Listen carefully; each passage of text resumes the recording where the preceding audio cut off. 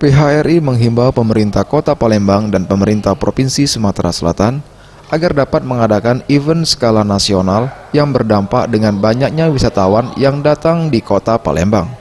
Ketua PHRI Sumatera Selatan Erlan Aspiudin mengatakan, dengan event skala nasional akan berdampak banyak wisatawan lokal datang mulai dari event olahraga sampai kuliner yang saat ini menjadi primadona yang dapat mendatangkan wisatawan.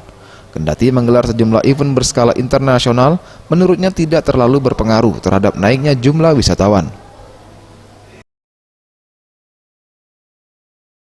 Event itu ngadukan event lomba bola kasti biar rame, ya.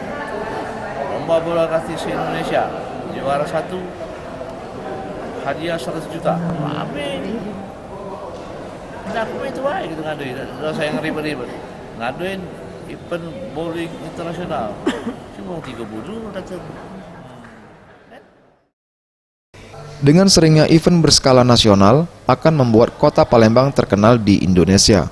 Tentunya penyelenggaraannya juga harus sesuai dengan standar yang membuat para peserta nyaman dan ingin kembali datang. Tim Liputan Sriwijaya TV.